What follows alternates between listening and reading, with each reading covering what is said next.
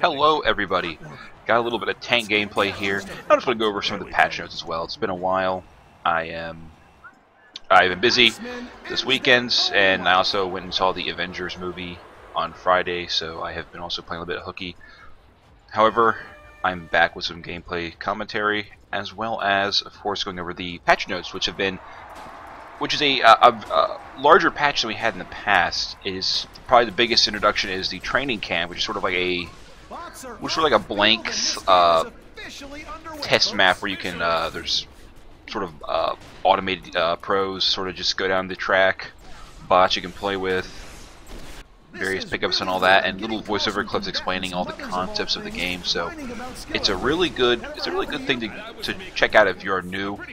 I highly recommend it. You get paired with 4 other players, but you don't have to do anything with them. It's just, I guess, just the way the game works right now. They can't just put you in it by yourself, but it doesn't really matter. There's no objective or team to fight. They're all on your team, so hop in, check it out. It's a nice place to just you can auto level your character if you want.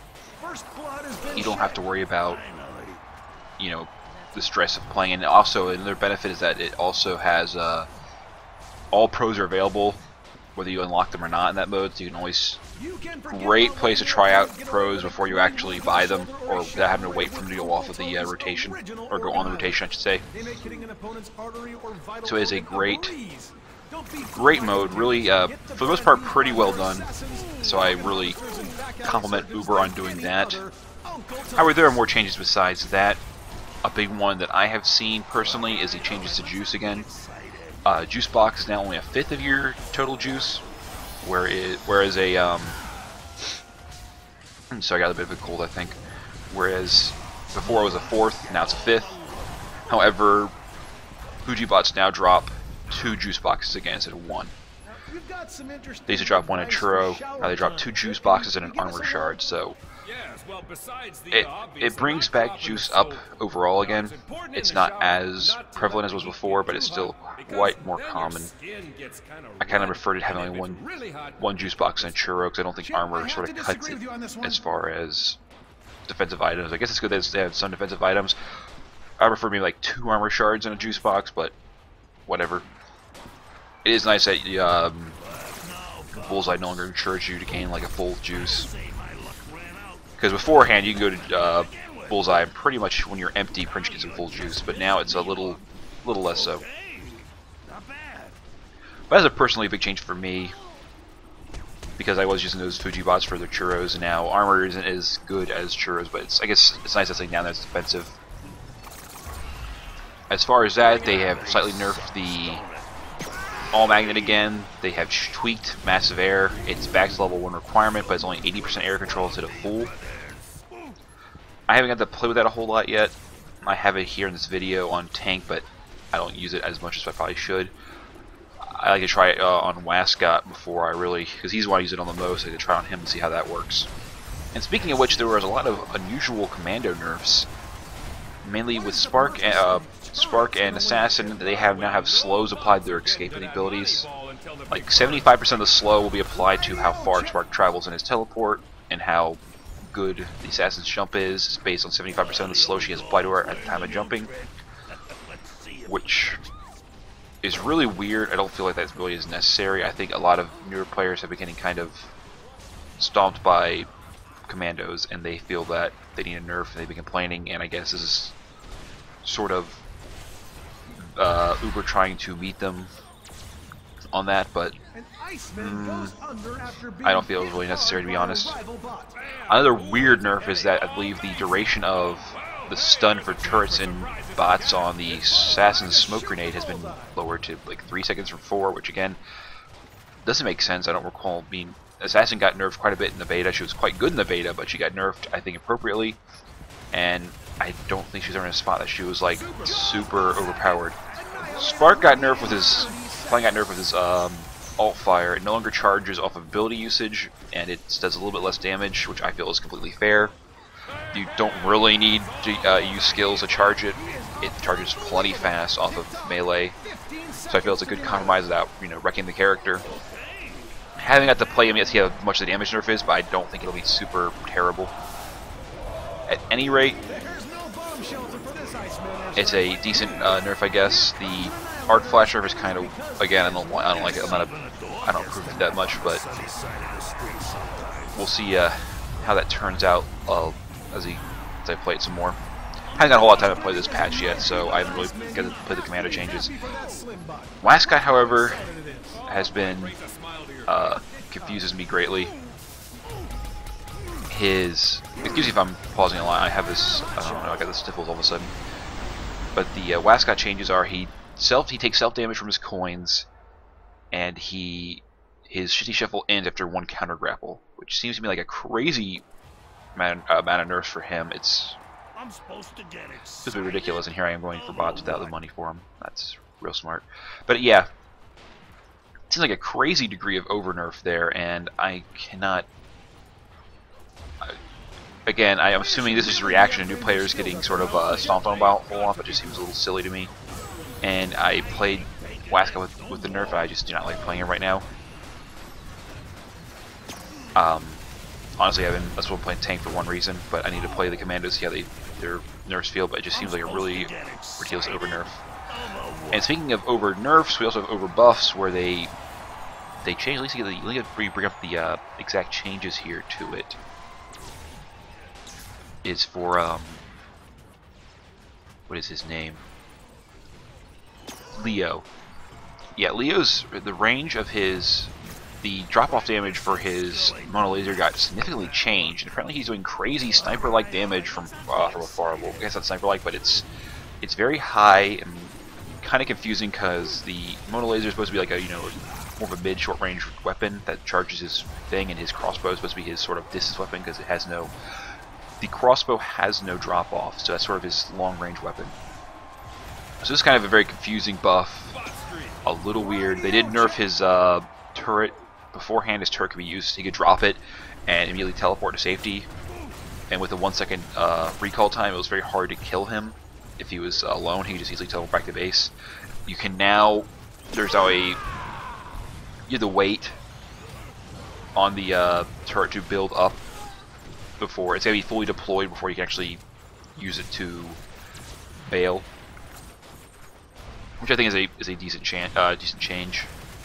And apparently, you could use the recall when it was destroyed. I did not know that. I did notice that the turret would sort of linger after it got blown up, but I did not realize that it could be used to recall afterwards. So that makes sense. Megabeth got some necessary buffs with shoot the moon longer. It's got a much lower cooldown, which I feel is necessary. You pretty much had to take rank 2 to make that ability shoot the moon usable. It now has they've been tweaking its jump height and jump velocity and all that, and they've been continue to tweak that, which I feel is for the best. Gosh, good, so a lot of changes this patch. Coral's short circuit projectile speed is now back to where it was. I feel this is fine. His short circuit was way too slow before. He could literally walk into it and stun himself with the old nerf. I feel he needed nerfs, but this was it was a weird decision for nerfs. Sniper, his max traps as a nerf, he only gets 2 traps now at the highest rank.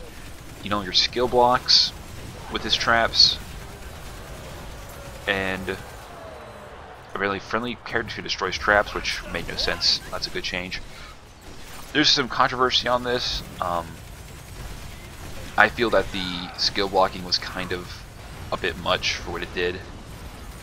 I know people will probably disagree with that.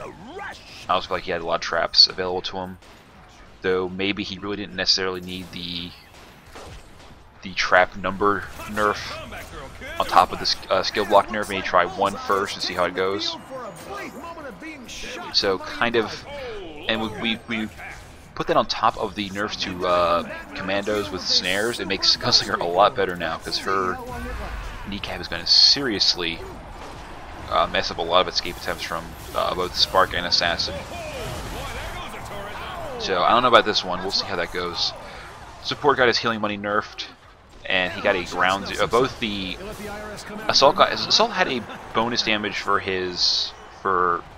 head crab, quote unquote, which is when you basically, if you're not familiar with the term, when you use the Assault's landmine ability and attach it to a player instead of a surface, it is called a head crab. the nickname for it, and it actually did bonus damage quite a bit to 250, which is ridiculous, highly unnecessary. Skill shots do not need an extra bonus on top of, you know, they're skill shots because they're powerful by default. If they're not powerful enough, then buff them. But adding, tacking on an extra 250 damage onto his already powerful skill is really stupid. It's also really easy to do it because you just, you know, someone grapples an enemy and you just head crab them. Even I can do it, and I'm not good as Assault. So, that's appropriate, but in response to that, they added a bonus damage to the ground zero for the support. And ground zero is the same thing as head crab, only with the airstrike ability. You attach the airstrike to a player instead of a surface. And that does 50 extra damage. I will allow it because it does add 50 damage regardless of where they are. So if they do high behind, high under a roof, they will still take a little bit of damage. So that's, I find that to be fair, because it's not as easy to use the airstrike as the head crab. Further nerfs go to the veteran. You now have limited air control against the claw, which decreases as he levels it up. So at max level, it's pretty much the same way it is before. As you see in this video, I was able to avoid a lot of claws, which is partially because I have massive air, but you can see it in action in this replay. And this kind of helps balance out the veteran even further. For me, my problem with veteran is that you have to have him on your team. He adds a component to the game that no other pro adds. No other pro has what he brings to the table. So it makes for it makes team composition very imbalanced because you will always need a veteran. But maybe with this change it could be wrong. I don't claim to have my finger on the pulse of competitive play, so maybe I'm wrong here. Maybe people don't. But I feel that when I see a lot of skill plays, it is usually veteran on that team. He has a spot reserved for him. Besides that, however, I believe that is, for the most part, Gunner got a decreased pulse for his deploy, which I don't think is probably going to be a huge deal. Oh, the fire of Veteran Slam is now reduced to 1.5 seconds, which I think is fair. It's like it's all fire, so it doesn't need to be that super long lasting. Though last cut does last longer, but that's also requires you to hit someone with it. It's kind of hard to fire, so I guess that's fair. If you bots, jackbots will be able to turn off the assault to fly with their projectiles and the knockback. They are faster, 350 to 400 speed, so I guess overtime will be a bit more dangerous now. In addition to that, overtime now increases the respawn timers once you hit 30 minutes. It's not exactly overtime. Overtime is 26 minutes. For this new change, after 30 minutes, respawn timers increase much higher than before. They sort of switched up how jackbots spawn at the 25-minute mark, which I want to say usually 26, but 25, 26, whatever. And of course, Fujibots now spawn in between jackbot spawns at the 25-minute mark. And for the most part, that is about it for the patch. Like I said, a lot of changes, a lot beefier than the previous patches before. Do definitely want to give the training room a try as well. I recommend that. I tried it out. Even if you are experienced with the game, it gives you a chance to try out pros and learn how their stuff works. Maybe practice your headshotting as a sharpshooter, which I plan on using it for that. Obviously, it's not the best way to do it because they don't really try to avoid it all. They sort of walk in a straight line, but some of us are so bad that we can't shoot people walking in a straight line. Besides that, that's about it. I should mention that I'm playing tank because I got my tank statue in. Uber is selling broken or damaged tank statues for like $5. They were retailing for $90, so it's quite a bargain. You just pay shipping. And I got 4 Super Monday Night Combat posters along with that, which was unexpected but appreciated. And honestly, all I needed to do was really glue his weapon back to his hands, which with some modeling glue was easily done. It was like 5 minutes. He's looking pretty sharp. Maybe I'll post a picture of that on the description if I have time.